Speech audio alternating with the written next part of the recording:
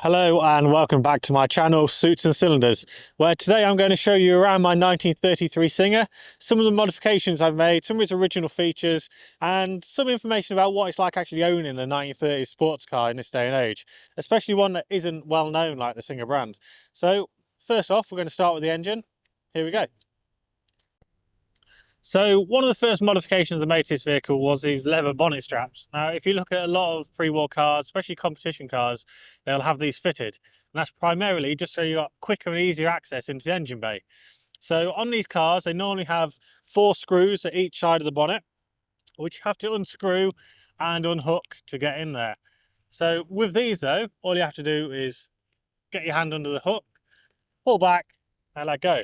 Now obviously you have to do this twice to get into the front, but it is relatively easy.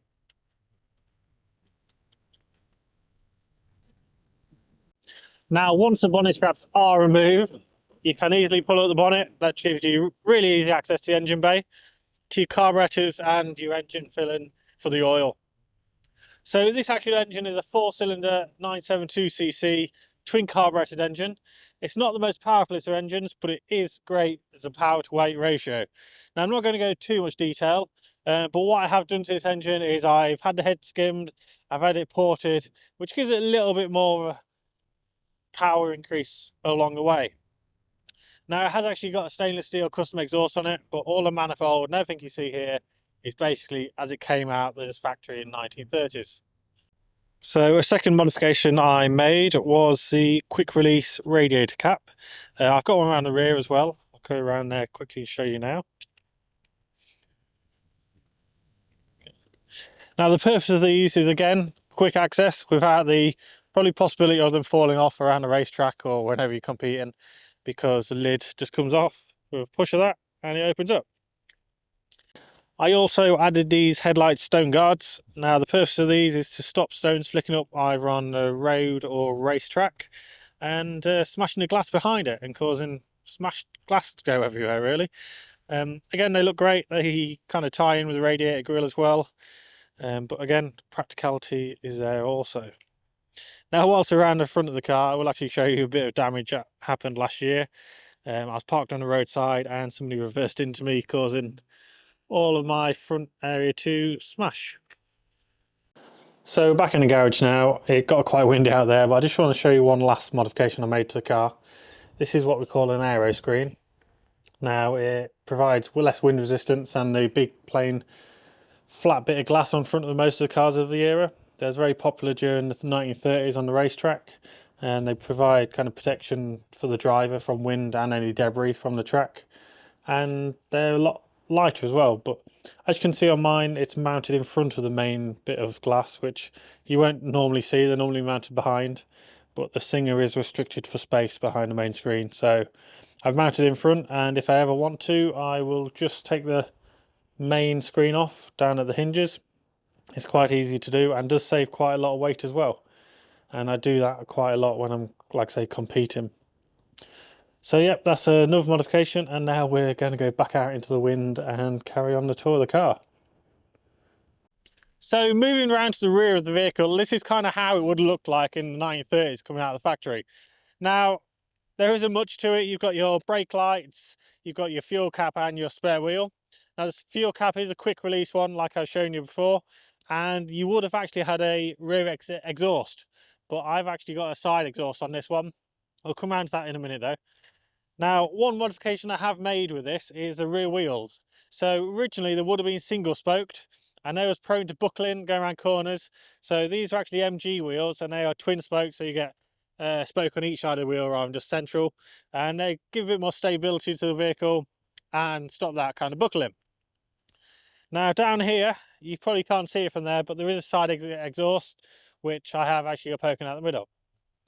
So what we're going to do now is get in the vehicle and show you what it's like driving it. Now, there isn't much room inside these old 1930 sports cars. You basically sat on the ground with the accelerator and pedals really close together. But what I have done to help myself out a little bit is remove the seat pad from the bottom. Now, it is actually filled with memory foam, so it is still comfy. But as you can see on the originals, they're about 2 or 3 inches higher. And when you're changing gear, your knee kind of hits against there. But You really got to get used to these old vehicles. You're kind of adapting yourself to them, whereas a modern car where you can adapt it to yourself. So there is a bit of a knack to getting in these vehicles, and I'm about to show you it. So there is a knack, as I say, to getting these vehicles. You kind of got to sit up here to start with and slide on down in. Just like that.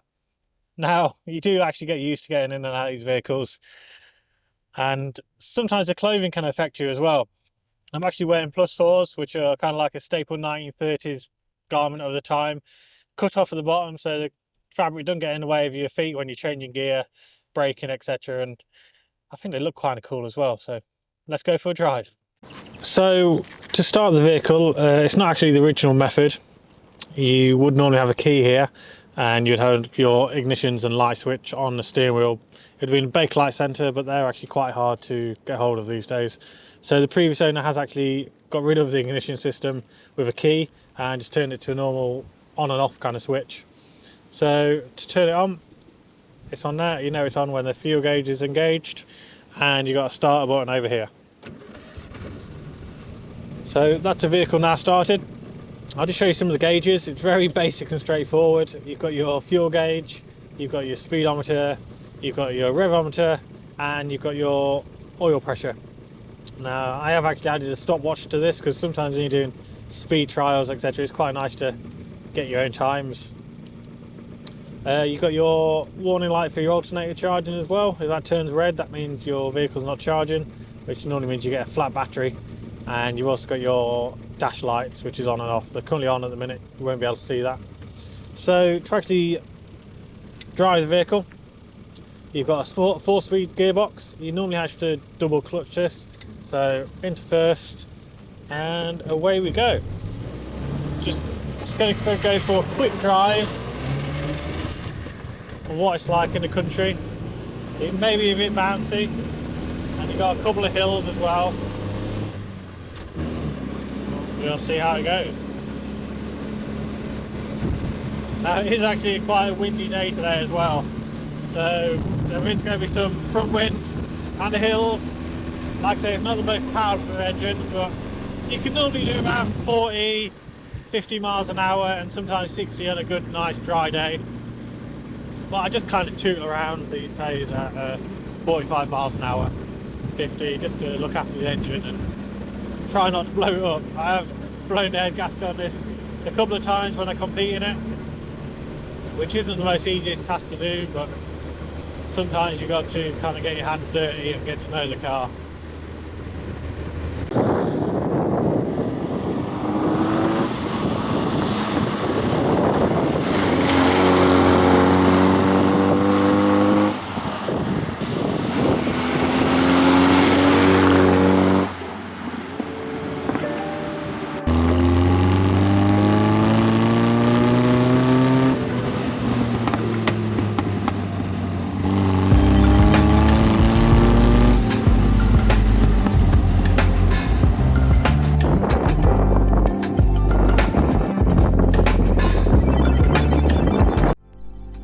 So I have to apologise for this. There was supposed to be some talking in this video, but the microphone came unclipped and the wind noise was absolutely terrible. So I'm just going to do a voiceover, and basically what I'm saying in this video is thank you for watching. I hope to give you a bit of an insight of what it's like owning a pre-war car, especially a pre-war sports car. And in my next video I'm going to show you around a saloon car of the era, my Rover P2 from 1939. So it's got a lot more features, it's a lot more of kind of like a modern vehicle of the time, and it should be a very interesting video. So join me next time, and thank you for watching.